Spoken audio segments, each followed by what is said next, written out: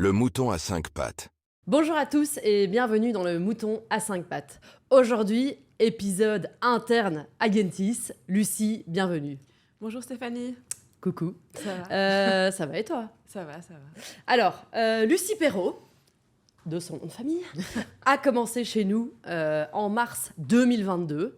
Et alors là, en 2 ans et demi, Lucie va déjà entamer une très très belle carrière. On reviendra sur l'avant Gentis dans un moment. Mais donc tu commences comme junior, ensuite consultante, spécialisée sur le marché de la data en IT. Tu passes ensuite senior et vient ensuite très vite la question de l'expatriation vers Dubaï, où tu es actuellement avec moi d'ailleurs, depuis septembre 2024. Alors, on va parler de l'expatriation, mais avant ça, Lucie, qu'est-ce qui te fait commencer dans le recrutement ? Donc en fait, moi, à ce moment-là, j'étais en train de finir un master, en fait, et en même temps, je travaillais à mi-temps dans la vente. Et donc, je voulais absolument trouver un travail pour être indépendante financièrement. Et donc, j'ai commencé à postuler à plein d'entreprises pour savoir ce que je voulais faire. Donc, j'ai fait beaucoup d'interviews et puis je suis tombée en fait sur Gentis. Et voilà, j'ai écouté mon intuition. En fait, c'était important pour moi de travailler pour l'entreprise qui prône la méritocratie. Et voilà, je me suis pas trompée. Et bah donc du coup, parce que personne ne pense à être recruteur quand il est plus petit, pourquoi le recrutement ? En fait, tout simplement, moi j'avais aimé le côté sales, en fait. C'est ça qui m'avait vraiment mis en avant, principalement. Et puis après, c'est vrai que quand j'ai commencé à travailler, que j'ai vraiment découvert le métier du recrutement en tant que tel, voilà, travailler avec les gens, le côté humain. Mais voilà, je pense qu'au début, je savais pas trop à quoi m'attendre vraiment. Et puis c'est quand j'ai commencé dans le sujet que voilà, j'étais un peu tombée amoureuse de ce job. Comment se passent les premiers mois chez Gentis ? Très bien. Sincèrement, super intégration, une chouette équipe, il y a une très fort sens de communauté chez Gentis, donc vraiment super bien. Et quels sont tes challenges auxquels tu es très vite confrontée ?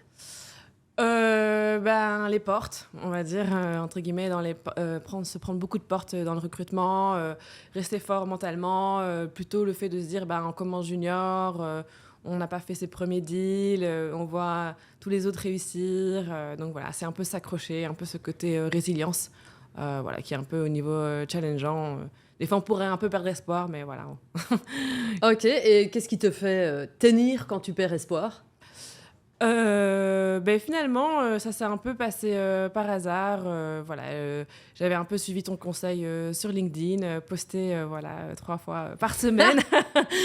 Et puis un jour, j'avais posté, un peu présenté 3 candidats, mes meilleurs candidats sur LinkedIn. Et c'est là que mon premier client sur LinkedIn me contacte. Ah. Et donc voilà, c'est ça qui m'a vraiment lancée. Et après, ça m'a permis de prendre confiance en moi. Et voilà, après le reste, tout s'est super bien passé après, quoi. Quand a commencé à se poser la question de l'expatriation ?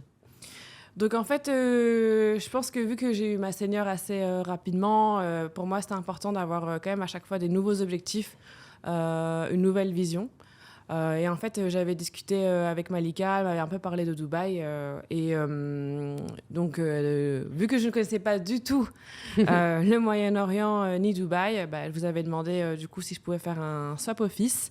Ce que j'ai fait du coup pendant 2 semaines. Et donc là, j'ai eu l'occasion en fait du coup de pouvoir travailler pendant 2 semaines en remote, mais aussi de pouvoir vivre de ce que c'est de travailler ici à Dubaï. À la base, si tu avais pu choisir la destination de ton expatriation, tu aurais été où ?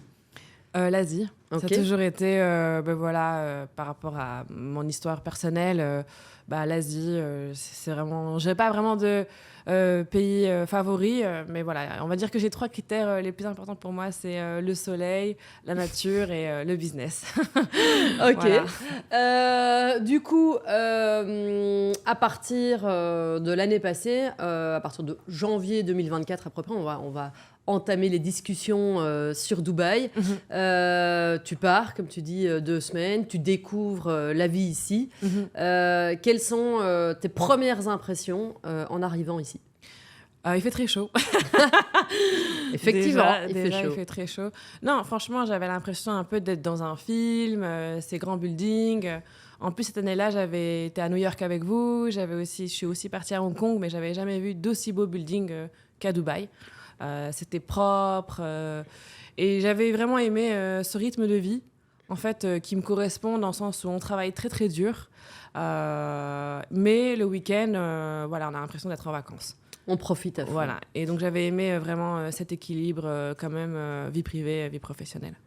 Changement de pays, parallèlement à ça, changement de marché, puisque tu passes de l'IT à la finance. Tu te spécialises actuellement sur la compliance. Comment se passe cette transition entre l'IT et la finance? Bon, au début, c'était un peu compliqué. Quand je suis arrivée ici, voilà, nouveau pays, voilà, on a perdu tous ses repères. Je connais rien aux cultures du Moyen-Orient, etc. Donc, un peu, au début, une grosse claque d'humilité, quand même. Mais voilà, j'ai commencé par la base que j'avais fait quand j'ai commencé l'IT. C'est-à-dire que, aussi, quand je connaissais l'IT, je connaissais rien. Donc, je suis simplement passée par les candidats. Et donc, j'ai rencontré le plus de candidats possible, principalement ici en face-to-face. On peut s'adapter aux coutumes d'ici. Et voilà, c'est eux qui m'ont tout appris. Voilà. Donc, franchement, c'est hyper intéressant pour moi. Moi, je me nourris énormément, en fait, des gens. En fait, à chaque conversation que j'ai avec les gens, j'apprends toujours une nouvelle perspective, surtout ici, avec cet environnement multiculturel. Donc pour moi c'est un plaisir de pouvoir d'apprendre sur la compliance, sur le légal et aussi sur les différentes nationalités et comment communiquer avec eux. Comment tu as appris justement les codes de toutes ces cultures, toutes ces nationalités différentes, personnes venant de tous horizons je suis toujours en train d'apprendre. C'est un apprentissage en continu. Exactement. Voilà, je pense que c'est vrai que j'étais quand même bien accompagnée voilà, avec vous, avec aussi les deux Yacine, voilà, qui m'avaient déjà un peu expliqué aussi. Ruchita aussi, voilà, allez, notre bureau en lui-même est aussi multiculturel. C'est vrai. Donc voilà, c'est vrai. Donc il y a ce côté-là. Mais je pense qu'au final, tous les gens qui sont ici à Dubaï ont un point commun, c'est vraiment the hustle. Voilà, donc voilà, on trouve toujours un moyen de pouvoir communiquer ensemble. Top. Aux personnes qui souhaiteraient s'expatrier, quels sont un peu les conseils que tu donnerais? Déjà, s'expatrier, ça peut faire peur. Donc je dirais quand même il y a 2 écoles, ceux qui se renseignent et ceux qui se renseignent pas. Moi j'avoue que je m'étais renseignée, mais moi je dirais vraiment faire le grand saut. Voilà, moi c'est vrai que j'étais jeune, j'ai pas de situation familiale entre guillemets, pas de mari, pas d'enfant, et donc voilà, je me suis dit c'est le bon moment pour ma carrière de me lancer. Et est-ce que pour toi, il y a des régions où c'est plus facile? Ce serait plus facile, d'après toi, de s'expatrier que d'autres? Dubaï est vraiment un endroit assez facilement pour rencontrer des gens, se créer un cercle social, dans le sens où quand même 90% des gens ici sont des expats. Ouais. Donc voilà, tout est fait pour que les expats se sentent bien. Donc moi, je trouve que tout ce qui est place à expat, c'est le plus facile. Mais je recommanderais d'office Dubaï. Ok. Aux consultants en recrutement qui débutent, quels sont aussi pour toi un peu les trucs et astuces que tu as envie de leur donner? Je dirais la première chose quand on commence dans le recrutement, c'est premièrement ne rien prendre personnellement, c'est déjà. Parce qu'au début, les premiers noms, ça fait mal, on le prend personnellement, mais voilà, c'est juste, ils disent non à ton service, pas non en tant que toi, personne. Non. Ça, c'est une première chose. La deuxième chose que je dirais aussi, c'est qu'on ne contrôle rien. On ne contrôle rien à part soi-même, ses propres émotions et ses propres actions. Et quand on travaille dans le recrutement de humain à humain, en fait, on ne les contrôle pas du tout, ni le client, ni le candidat. Donc ça, c'est aussi ce côté de lâcher prise, en fait. Ok. Et surtout, d'être patient. Voilà, je le revis à nouveau aujourd'hui en créant un marché de A à Z, en créant aussi une brand pour Gentis. Donc voilà, être très patient. Comment est-ce qu'on construit une brand de manière générale? Je dirais, premièrement, moi, ce que je fais, c'est principalement expliquer le storytelling de Gentis, comment ça a commencé, les valeurs, pourquoi je suis avec eux. Voilà, vraiment expliquer un peu qui on est. Et puis, je pense que c'est vraiment le côté humain, en fait. Hein. Ici, surtout à Dubaï, c'est vraiment du relationnel. S'ils travaillent avec toi, c'est pour qui tu es. Et voilà, donc ça, c'est vraiment montrer ce côté humain. Et le plus authentique on est, le mieux c'est. C'est quoi ta plus grande qualité qui fait de toi une bonne recruteuse? Mais je dirais, je pense que j'ai une bonne écoute. Ça me permet facilement, les gens se sentent facilement en confiance de pouvoir parler d'eux, de leur vie, de leurs difficultés et aussi ils se sentent assez ouverts, donc je pense que c'est ça qui fait que ils se sentent bien compris avec moi. Ok.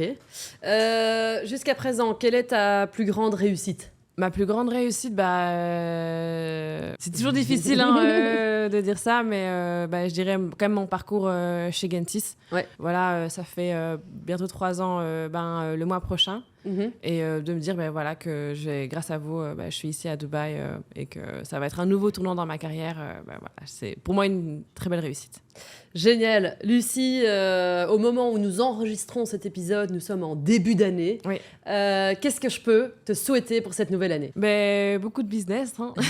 Et je te le souhaite. Plein de business. Ok, voilà. Quoi d'autre? Et la santé. Voilà. Eh bien, écoute, c'est tout ce que je te souhaite. Je te remercie pour ce partage. Merci beaucoup, Steph. Et je te dis à tout bientôt. Merci. Bonne journée. Au revoir. Au revoir. Merci de nous avoir suivis jusqu'à maintenant. Nous espérons que cet épisode vous a plu. Si c'est le cas, n'hésitez pas à nous soutenir en vous abonnant, en partageant notre contenu et en nous laissant 5 étoiles sur votre plateforme d'écoute préférée. Pensez aussi à nous suivre sur nos réseaux sociaux afin de vous tenir au courant des dernières actualités du mouton à 5 pattes. Merci beaucoup et à bientôt pour un nouvel épisode.